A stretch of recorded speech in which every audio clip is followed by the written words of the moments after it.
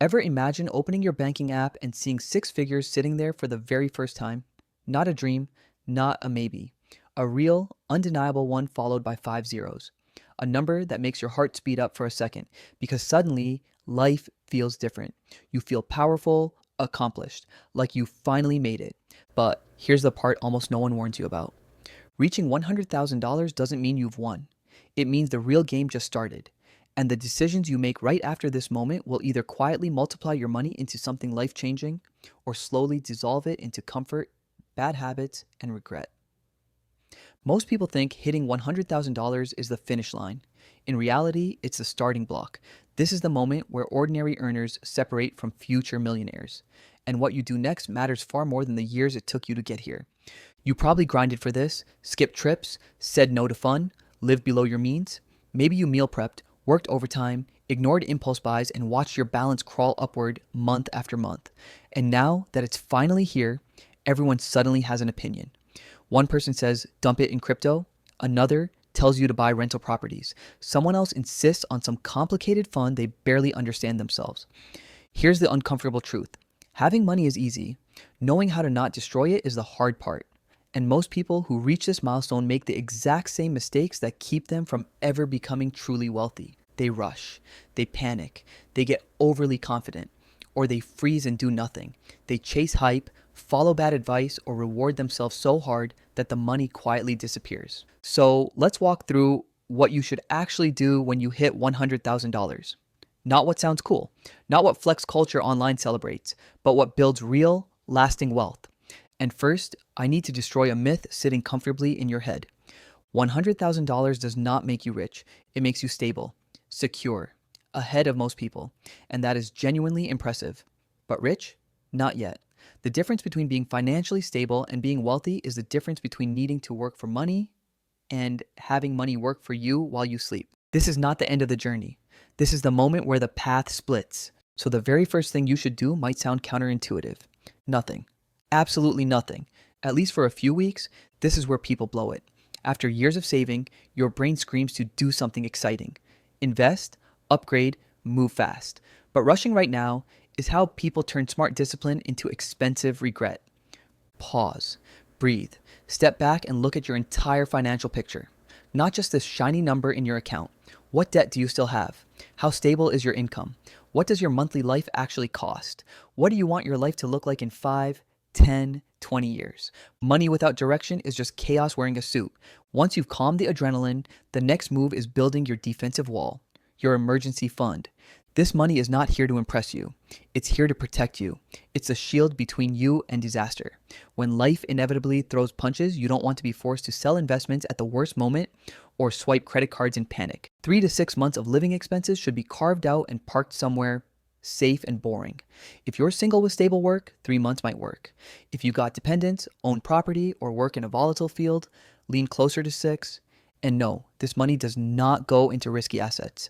A high yield savings account is perfect, boring, safe, accessible, reliable. With today's rates, that cash can still earn meaningful interest while remaining available the second you need it. Your emergency fund isn't there to grow. It's there so everything else can. Next comes the unglamorous step that secretly unlocks freedom, killing high interest debt. If you're carrying credit card balances at 18, 20, 25%, every single dollar sitting in investments is fighting an invisible leak. You're trying to build a skyscraper on quicksand. Paying off high interest debt isn't just smart, it's mathematically unbeatable. A guaranteed 20% return with zero risk beats any flashy investment strategy on the planet, and it gives you something priceless: breathing room, cash flow, peace. Once your foundation is secure, that's when the engine of wealth truly starts. Tax advantaged accounts. These are some of the most powerful tools ever created for everyday people, yet most barely use them. Your 401k, Roth IRA, traditional IRA, HSA, these aren't just retirement accounts, they're legal loopholes that let your money grow faster by avoiding unnecessary taxation. Contribution limits aren't suggestions, they're time-sensitive opportunities. Every year you don't use them is lost ground you can never reclaim. Decades of tax-free compound growth vanish quietly while nobody mentions it. Choosing between Roth and traditional depends on your income now versus your expected income later. Pay taxes now at low rates or defer them until later when you might be wealthier. Both are powerful. The key is consistency. Now we move to the part everyone gets wrong: investing strategy. The financial industry thrives on making this seem complex, intimidating, and exclusive, but the truth is almost insulting in its simplicity. The most boring approach consistently beats the exciting ones: index funds, broad market exposure, long-term discipline. While people brag about crypto wins and risky plays, the quietly wealthy buy the entire market and let time do the heavy lifting. No drama, no obsession, just steady accumulation and patience. History has shown that the S&P 500 averages around 10% annually over the long term. And with compound growth, your $100,000 doesn't just grow, it snowballs. In 10 years, it can more than double.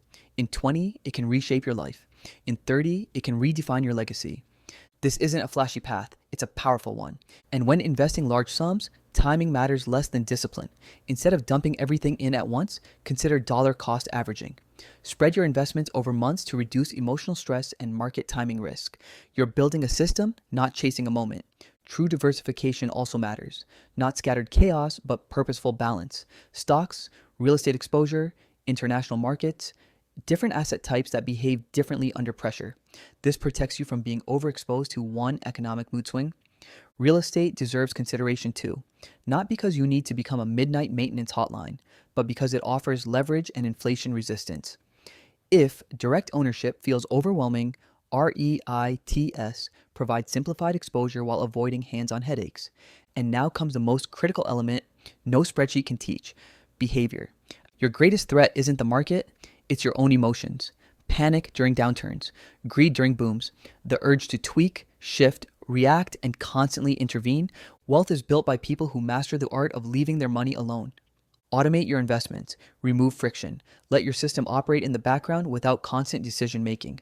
Consistency always beats intensity, and as your wealth grows, you'll notice something profound: choice, freedom, leverage. You stop making decisions from fear and start creating them from vision. You can decline bad opportunities. You can wait. You can choose alignment over desperation. But here comes the trap that destroys more people than bad investments ever will: lifestyle inflation. The moment you see that six-figure balance, your brain justifies comfort. Nicer car, better apartment, more spontaneous spending. You feel like you deserve it. And maybe you do, but reward too quickly. And the money that could have changed your life turns into momentary dopamine. Wealthy people understand a crucial distinction. Your lifestyle should be based on your passive income, not your account balance. Spend what your money produces, not the money itself. That difference determines whether you stay comfortable or become free. Because while $100,000 can disappear in a year of lifestyle creep, it can also grow into millions with time and patience. The same money, two radically different futures. And this is where the mindset shift truly happens. You stop thinking like a spender. You start thinking like a builder. Every dollar becomes a worker you deploy, not a toy you consume. Compound interest takes time, but when it activates fully, it becomes almost unfair. Your money earns money, which earns more money, which multiplies again. And one day, the growth outpaces the effort. That's when freedom stops being a fantasy and starts becoming structural. So if you've just hit six figures, respect the moment. Honor what it took to get here. But understand this isn't the victory lap.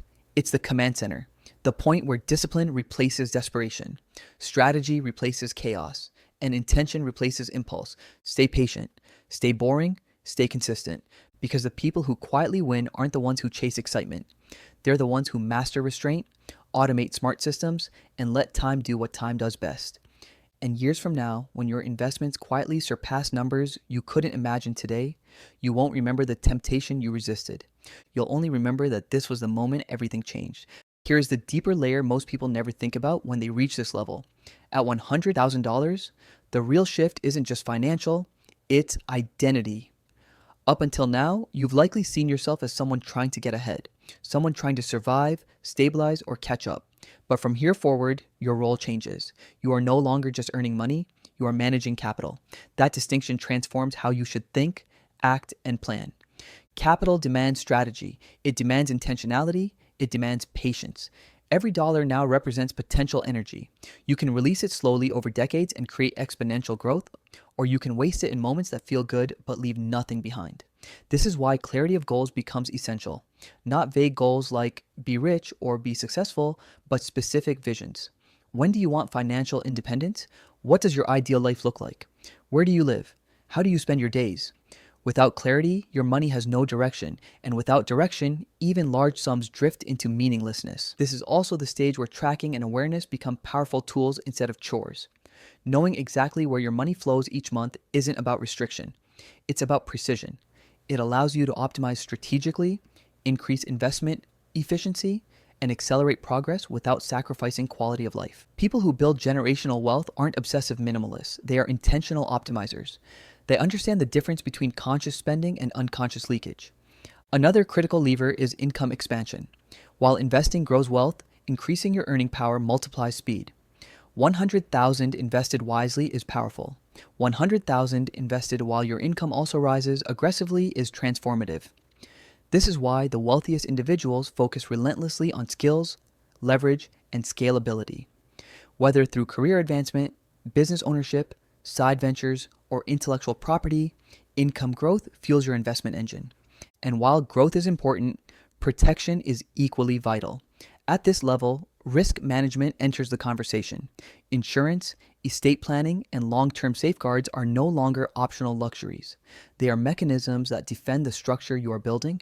Even simple actions like beneficiary designations and basic wills ensure your wealth doesn't dissolve through chaos or legal confusion if something unexpected happens. This is what separates intentional builders from accidental savers. Builders treat money as a system. Savers treat it as a scoreboard. And now, as your perspective evolves, something interesting happens. Time becomes your most powerful ally. You stop obsessing over daily fluctuations and start caring about decades. You realize that wealth is less about intensity and more about consistency, less about brilliance and more about discipline. You begin to understand that the greatest flex isn't a luxury purchase or a sudden splurge. It's freedom. It's the ability to wake up without financial anxiety, to say no when you want to choose work that aligns with you instead of work that traps you. This isn't just about making more money. This is about constructing a life that money supports rather than controls. And this is the point where most people either rise or retreat, where flashy noise fades and quiet strategy speaks, where the crowd chases excitement and the patient few accumulate power. So as you move forward, remember this moment. Not just the number in your account, but the awareness awakening behind it. The moment you stopped seeing money as something to spend and started seeing it as something to command. This is where real wealth begins. Not with a purchase, not with a celebration, but with a decision. A decision to think long-term in a world addicted to shortcuts. A decision to build instead of consume. A decision to become the person who understands that true power isn't loud, it's deliberate, it's quiet, and it compounds. And when you look back years from now at the life you built and the freedom you earned, you won't remember the noise. You'll remember this moment. The moment you chose intention over impulse, strategy over speed, and legacy over comfort.